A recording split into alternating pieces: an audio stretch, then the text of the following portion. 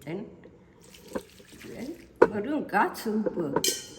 முதல்ல முருங்கைக்காயை உப்பும் மஞ்சள் பொடியும் போட்டு கூடவே கொஞ்சம் வெங்காயத்தை போட்டு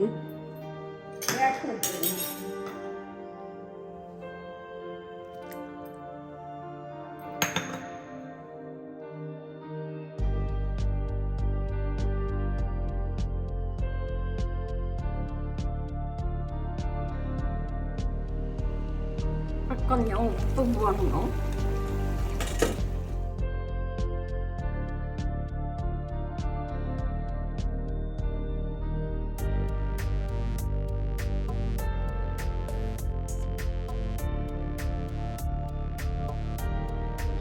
அந்த உள் சதையெல்லாம் எடுத்து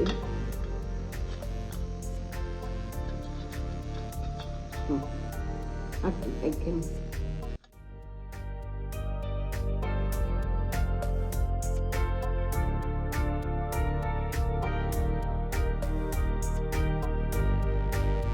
மிக்சியில் போடணும்.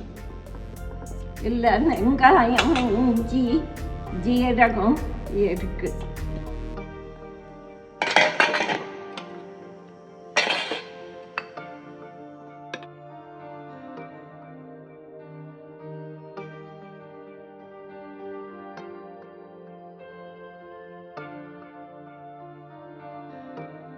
இதை ஷுகரில் போட்டு லைட்டாக அடிச்சா போட்டும் போட்டு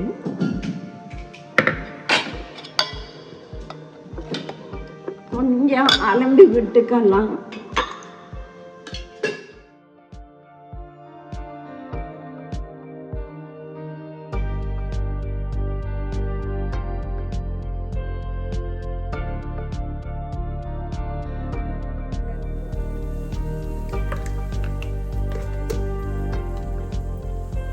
தேங்காய் பால்